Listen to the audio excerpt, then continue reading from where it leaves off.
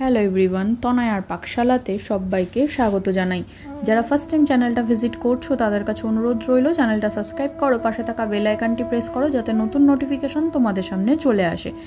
জানি গাটি কচু সকলেই খাও, কিন্তু যদি মশলাকে একটু অন্য রকমভাবে করা যেতে পারে তাহলে কিন্তু তার স্বাদ হয় আরও দ্বিগুণ।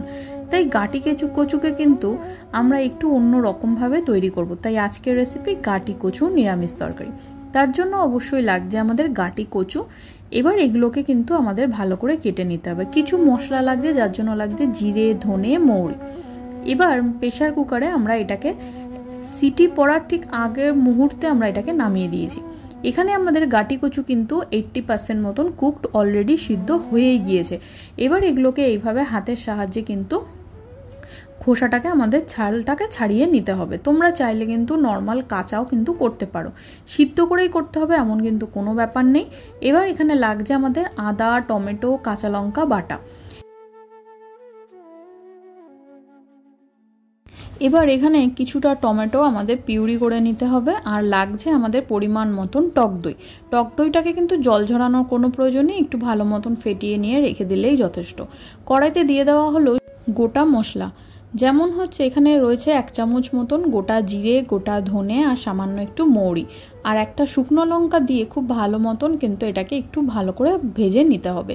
শুকনো খোলায় ভেজে নিয়ে যে কোনো রান্নায় যদি করা যেতে পারে মশলা দিয়ে, তাহলে কিন্তু তার স্বাদ কিন্তু অন্যরকম হয়।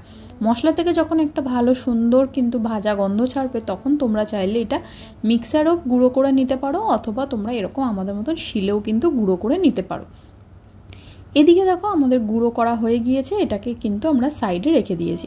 এবার টমেটো পিউরির মধ্যে দিয়ে দেওয়া হলো পরিমাণ মতন কাঁচা লঙ্কা, আদা, এই বাটা যে মশলাগুলো ছিল সেগুলোকে। এবার কড়াইতে কিন্তু আমাদের দিতে হবে পরিমাণ মতন সর্ষের তেল। রান্নাটি আমরা সর্ষের তেলেই করব। তেল খুব ভালো মতন গরম হওয়ার জন্য অপেক্ষা করতে হবে। তেল খুব ভালো গরম হলে কেটে রাখা আলু দিয়ে দিতে হবে। একটা আলুকে মোটামুটি 4 টুকরো মতন করলেই যথেষ্ট। গাটির অনুযায়ী কিন্তু এটাকে আমাদের একটু বুঝে কেটে নিতে হবে। ভাজার সময় দিয়ে দেওয়া হলো পরিমাণ মতন নুন, পরিমাণ মতন হলুদের গুঁড়ো দিয়ে কিন্তু আলু আমাদের খুব ভালো মতন গোল্ডেন ব্রাউন করে ভেজে নিতে হবে। দেখো নাড়িয়ে চাড়িয়ে মিডিয়াম টু হাইতে গ্যাসের ফ্লেম রেখে কিন্তু আলুগুলোকে আমাদের ভাজতে হবে। এখানে কিন্তু এবার যে সিদ্ধ করে রাখা সেই গাঁটিগুলোকেও আমাদের অ্যাড করতে হবে তেলের মধ্যে। গাঁটিগুলোকে আমরা গোল গোল করে কিন্তু মাঝখান থেকে কেটে নিয়েছি। তোমরা চাইলে গোটা দিতে পারো, অথবা কেটেও আমাদের মতন এইভাবে কিন্তু ব্যবহার করতে পারো। গাঁটি এবং আলু দুটোই যখন খুব সুন্দর কিন্তু একটু ভাজা ভাজা হবে, তখন এগুলোকে তুলে কিন্তু সাইডে রেখে দিতে হবে। তোমরা চাইলে যদি কাঁচা গাঁটি এইভাবে রান্না করতে চাও, তাহলে কিন্তু সেটাকেও একটু ভালো মতন তেলে কিন্তু ভেজে নিতে হবে। যে কোনো জিনিস ভেজে যদি একটু ভালো মতন করে ভাজা যায়, তাহলে পরে কিন্তু তার স্বাদ কিন্তু একটু অন্যরকম হয়।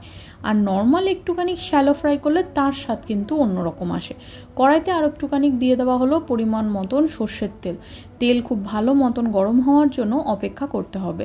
দেওয়া হলো পরিমাণ মতন গরম মশলা, গোটা জিরে, দারচিনি, লবঙ্গ, বড় এলাচ, ছোটো এলাচ এবং তেজপাতা, শুকনো লঙ্কা দিয়ে যখন মশলা থেকে একটা সুন্দর মিষ্টি গন্ধ ছাড়বে, তখন দিয়ে দিতে হবে 1/2 চামচের থেকেও সামান্য একটু কম হিং।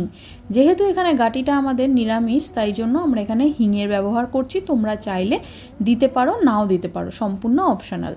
এবার কিন্তু এখানে টমেটোর পিউরিটা এবং আদা, কাঁচা লঙ্কার বাটাটাও কিন্তু আমাদের এই তেলের মধ্যে অ্যাড করতে হবে।